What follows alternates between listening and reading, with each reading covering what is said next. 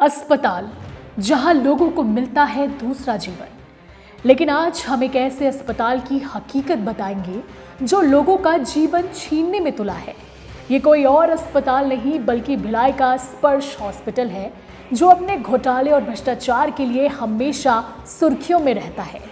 यहाँ के बेसमेंट में अवैध तरीके से यानी बिना लाइसेंस, बिना परमिशन के ऑक्सीजन प्लांट और मैनीफोल्ड रूम संचालित किया जा रहा है। बस एक गलती और हो सकता है बड़ा धमाका और जा सकती है आसपास रहने वाले हजारों बस्ती वालों की जान। नगर निगम, एसपी, कलेक्टर, सीएचएमओ, हर किसी को इस अवैध ऑक्सीजन प्लांट की जानकारी है, लेकिन हर कोई हादसे का इंतजार कर रहा है। बस्ती वालों ने मदद की गुहार लगाई है। हम शायद पहले मीडिया चैनल होंगे जो इस मुद्दे को मुखरता से, प्रखरता से उठा रहे हैं। देखिए सीजी भास्कर की ये खास रिपोर्ट। अस्पताल जो लोगों के जान बचाने के लिए जाना जाता है, लेकिन भिलाई में एक ऐसा हॉस्पिटल है जो लोगों की जान लेने में तुला है। ये कोई और हॉस्पिटल नहीं बल्कि हमेशा विवादों में रहने वाला भिलाई के रामनगर स्थित स्पर्श हॉस्पिटल है, जहां अवैध तरीके से ऑक्सीजन प्लांट संचालित किया जा रहा है। बगैर लाइसेंस के, बगैर कोई प्रशासनिक अनुमति के, धड़ल्ले से नियमों को ताक पर रखकर यहाँ पर न केवल ऑक्सीजन प्लांट संचालित हो रहा है बल्कि कई और भी चीजें हैं जिसका खुलासा आज हम आपको इस वीडियो में करेंगे, तो हमारा ये वीडियो आखिरी तक जरूर देखें। नमस्कार, मेरा नाम है निधि भारद्वाज और आप देख रहे हैं सीजी भास्कर। आज हमारी टीम एक बहुत ही बड़े खुलासे के साथ मौजूद है। स्पर्श हॉस्पिटल जो कि एक बस्ती के बीच बसा है, जहां पर आसपास सैकड़ों लोग रहते हैं, वहां पर बेसमेंट में ऑक्सीजन प्लांट संचालित किया जा रहा है। इसे लेकर राइट टू इंफॉर्मेशन लगाया गया था, काफी कुछ खुलासे इसमें हुए हैं। तो हमारे साथ मौजूद हैं गुरमीत वाधवा जी, जो कि एक समाज सेवी हैं।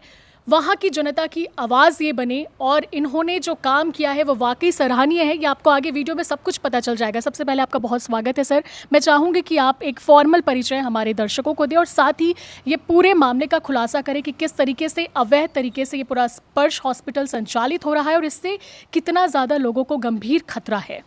मेरा नाम गुरमीत वाधवा है। एक जनसेवक होने के नाते मैं खास करके इन मामलों को विशेष तौर पर उठाता हूँ जहाँ लोगों की जान आन पर शामत आने की बात आती है। कुछ दिनों पहले, लगभग 1 से 1.5 महीने पहले, स्पर्श हॉस्पिटल के पीछे के रहवासियों ने कलेक्टर साहब को, मुख्य चिकित्सा अधिकारी को, नगर निगम के कमिश्नर साहब को एक आवेदन दिया था, एसपी साहब को दिया था कि जयपुर में अभी एक ऑक्सीजन कंपनी में ब्लास्ट हुआ है मैनीफोल्ड रूम में, और हम लोग के सामने में जो हॉस्पिटल है यहाँ पर भी ये ऑक्सीजन प्लांट चल रहा है। हम लोग काफ़ी दिनों से इसकी शिकायत कर रहे हैं, लेकिन इस पे कोई कार्रवाई नहीं हो रही है। उन्होंने शिकायत की कलेक्टर साहब से, लगभग 1-1.25 महीना होने को आ रहा है, उस पर कोई कार्रवाई नहीं हुई। तो इस मामले के को लेकर मैं सामने आया। मेरे पास वो लोग आए, अपना नाम बेचारे डर के मारे, गरीब लोग हैं, सामने नहीं लाना चाह रहे। तो मैंने उनको कहा कि मैं आपकी आवाज़ बनूंगा, आपकी जान माल की रक्षा करना हर किसी का कर्तव्य होता है। तो उसको समझकर मैंने आरटीआई लगाई। आरटीआई लगाने के बाद में मुझे ये चीज़ पता चली कि ये ऑक्सीजन प्लांट जो चल रहा है और जो मैनीफोल्ड रूम चल रहा है, ये पूरी तरह से गैर कानूनी है। ऑक्सीजन प्लांट का मैंने आरटीआई लगाया तो नगर निगम ने मुझे लिख कर दिया कि हमसे कोई परमिशन नहीं ली गई। मुझे स्वास्थ्य अधिकारी ने लिख कर दिया कि हमें इसके बारे में जानकारी ही नहीं है। जब ये दोनों चीज़ें मिली तो मैं अवाक रह गया कि ये इस तरह बिना जानकारी के ये हॉस्पिटल कैसे सालों से कैसे संचालित हो रहा है। ये तो अधिकारियों को सोचना चाहिए कि अधिकारी कर क्या रहे हैं और जनता की शिकायतों को दबा कर बैठे हैं। ये आश्चर्य की बात है। उसके बाद मैंने फिर केंद्रीय संगठन पेशों से संपर्क किया, जो मुख्य विस्फोटक नियंत्रक हैं, कंट्रोलर हैं, उनसे मैंने बात की। वहाँ सूचना का अधिकार लगाया तो उन्होंने मुझे लिखित जानकारी दी कि हमारे से कोई भी किसी भी तरह की कोई परमिशन नहीं ली गई।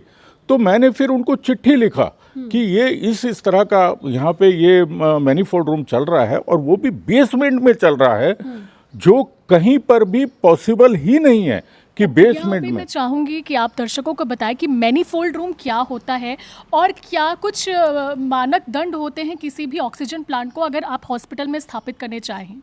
मैनीफोल्ड रूम वो होता है कि ऑक्सीजन प्लांट आपने लगाया, आप ऑक्सीजन का भंडारण सिलेंडर में कर रहे हैं, वो मैनीफोल्ड रूम होता है। यदि कोई चीज़ है हमने उसको गिलास में रख दिया, सामान्य तो वो इस कानून के दायरे में नहीं आती है, लेकिन यदि हम उसको कंप्रेस कर रहे हैं तो वो इसके दायरे में आती है। और सबसे विशेष इसकी बात ये है कि मैनीफोल्ड रूम की जो छत होती है वो हमेशा कच्ची रखनी पड़ती है, ताकि यदि कोई ब्लास्ट हो, कोई सिलेंडर फटे तो वो उड़ के बाहर निकल जाए। लेकिन स्पर्श हॉस्पिटल में यही मैनीफोल्ड रूम बेसमेंट में मौजूद है। यस, यही ये सबसे मुख्य बात है कि बेसमेंट के अंदर में ये मैनीफोल्ड रूम चल रहा है। यदि कोई एक्सीडेंट हो गया तो वहाँ जितने मरीज भर्ती हैं, जितने उनके रिश्तेदार मौजूद हैं, वो पूरी बिल्डिंग को उड़ा देगा। और बिल्डिंग तो उड़ेगी उड़ेगी, पीछे में 1 मीटर की दूरी पे एक स्कूल संचालित है जो शासकीय स्कूल है, आंगनबाड़ी वहाँ चल रही है, और पीछे की बस्ती जहाँ कच्चे घर हैं, एक घर का नामो निशान नहीं बचेगा, हजारों लोगों की मौत हो जाएगी। लेकिन प्रशासन इसको गंभीरता से ले ही नहीं रहा। मुझे नहीं समझ आ रहा कि प्रशासन क्या चाहता है। क्या आप दर्शकों को बता दूं कि ये नवंबर 2025 में नोएडा के मार्क हॉस्पिटल में भी कुछ ऐसा ही हुआ था। वहां पर गैर कानूनी रूप से ये ऑक्सीजन प्लांट संचालित किया जा रहा था, उसमें ब्लास्ट भी हुआ, कई तरह का नुकसान, हॉस्पिटल को सील कर दिया गया। जयपुर में हाल ही में एक्सीडेंट हुआ। अब जब आप सारे दस्तावेज सामने हैं, सबने इनकार कर दिया है कि हमने तो लाइसेंस दिया ही नहीं, नोटिस भी आ चुका है, उसके बावजूद अब तक एक्शन क्यों नहीं हो पा रहा है? क्या समझ रहे हैं आप? नहीं, मुझे तो समझ नहीं आ रहा कि प्रशासन क्या लाशों को गिनने के लिए बैठा है कि यहाँ पे इतनी कैजुअलिटी होनी थी, उससे कम हुई है, भगवान का हम आसरा मानते हैं, भगवान का आशीर्वाद मानते हैं।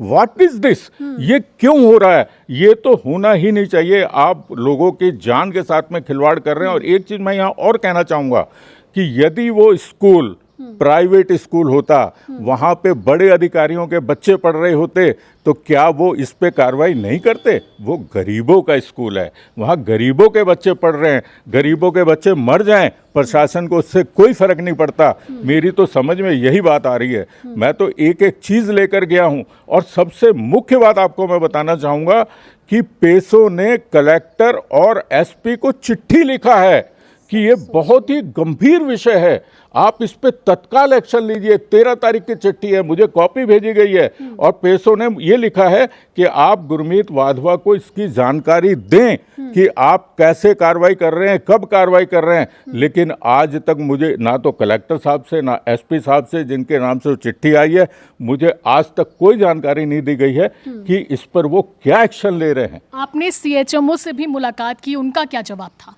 आज मैं सीएचएमओ साहब से मिला, मैंने सूचना के अधिकार लगाया था, मुझे जानकारियां वो नहीं दे रहे थे।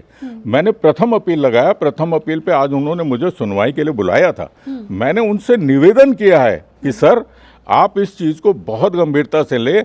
यदि आपने परमिट नहीं किया या उन्होंने आपसे परमिशन नहीं लिया तो ये तो गैर कानूनी ऑटोमेटिक हो गया, आप इस पर कार्रवाई क्यों नहीं कर रहे हैं? तो आज भी उनका यही जवाब था कि हम इस पे विचार कर रहे हैं, हम इस पे कार्रवाई करेंगे, लेकिन कब करेंगे? जब विस्फोट हो जाएगा तब करेंगे।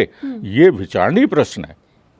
वाधवा जी, मुख्य तौर पर लाइसेंस किसके द्वारा पास किया जाता है इन सभी प्रशासनिक अमलों में? नगर निगम या पेसो बोल रहे हैं वो, या फिर सीएचएमओ? देखिए, ये सबसे लेना पड़ेगा इनको। यदि आपने ऑक्सीजन प्लांट वहाँ पर लगाया है, आपने अपनी भवन निर्माण के जो नक्शे दिए हैं, आपने क्या नगर निगम को वहाँ बताया कि हम यहाँ ऑक्सीजन प्लांट लगा रहे हैं या बेसमेंट में हम मैनीफोल्ड रूम लगा रहे हैं? नगर निगम ने जो सूचना के अधिकार में मुझे दिया उसमें उन्होंने लिखा है कि हमारे पास कोई जानकारी नहीं है। आप स्क्रीन पर देख सकते हैं, हमने सारे डॉक्यूमेंट्स इसके साथ अटैच किए। आपको हमारे पास एक एक डॉक्यूमेंट मौजूद है जिस पर हम बातचीत कर रहे हैं। सीएचएमओ साहब से मैंने पूछा, उन्होंने भी मुझे यही जानकारी दिया। मैंने उनसे कहा कि क्या बिना आपकी परमिशन के आप ये ऑक्सीजन प्लांट कैसे चल रहा है, मैनीफोल्ड रूम कैसे चल रहा है, आपने क्या कभी इसका निरीक्षण किया? तो उनका ये कहना था, हमें तो जानकारी ही नहीं है कि वहाँ पे ऑक्सीजन प्लांट या मैनीफोल्ड रूम चल रहा है। फायर सेफ्टी डिपार्टमेंट का भी कुछ इसी तरीके का जवाब था, क्योंकि बेसमेंट में तो ऐसी कोई सूचना नहीं थी जब उन्हें फायर सेफ्टी के कमांडेंट साहब से मैं मिला, उनका व्यवहार, मैंने सूचना का अधिकार लगाया तो उन्होंने कहा ये निजी मामला है। अरे काहे का निजी मामला है भाई, मैं कोई डॉक्टर, जान दांव पे लगी है। यहाँ लोग एटम बम पर बैठे हैं और आप बोलते हैं निजी मामला है। किस तरह का निजी मामला है? उसकी मैंने शिकायत फिर डीजी साहब से किया कि डीजी साहब, आप जो हैं होमगार्ड एंड नगर सेना के, आप डायरेक्टर जनरल हैं, आप इस पे कार्रवाई लीजिए। उन्होंने भी चिट्ठी लिखा है, लेकिन फायर डिपार्टमेंट का अधिकारी भी हिलने को तैयार नहीं है।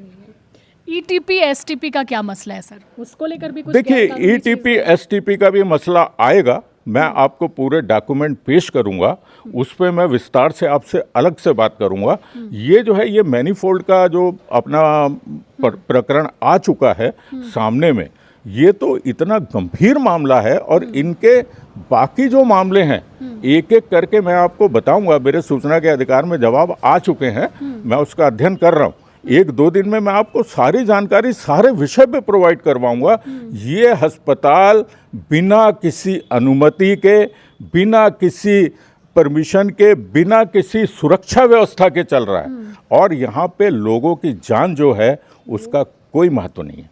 मतलब लोगों की जान खतरे में है, वही अस्पताल जो लोगों की जान बचाता है। डॉक्टर जिसे भगवान कहा जाता है, लेकिन यही लोग लोगों की जान से खिलवाड़ करें, ऐसा नहीं कि दूसरे बल्कि खुद के भी।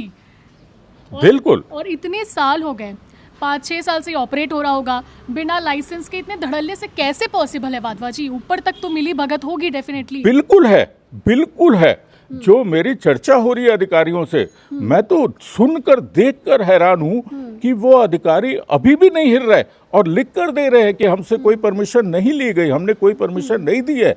तो आप फिर ये कैसे चलवा रहे हैं इसको? जवाबदार तो अधिकारी भी है। पेसो ने 13 फरवरी को नोटिस जारी किया था ना? पेसो ने 13 फरवरी को कलेक्टर साहब को और एसपी साहब को चिट्ठी लिखी है कि हमने कोई लाइसेंस इस हॉस्पिटल को प्रदान नहीं किया है। लेकिन गुरमीत वाधवा ने जो सवाल उठाए हैं, जो सुरक्षा का मुद्दा है, ये बहुत गंभीर मुद्दा है।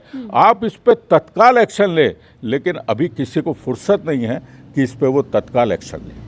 जब तक दुर्घटना नहीं घटेगी, किसी भी बड़े अधिकारियों का, नेताओं का, जनप्रतिनिधियों का ध्यान इस पर नहीं जाएगा। ये सब इंतजार कर रहे हैं। बिल्कुल, ये सब इंतजार कर रहे हैं कि हम लाशें गिनेंगे कि भैया इस बस्ती में 2000 लोग रहते थे, ये अच्छा हुआ कि 200 ही मरे या 500 ही मरे, बाकी लोग घायल हुए हैं।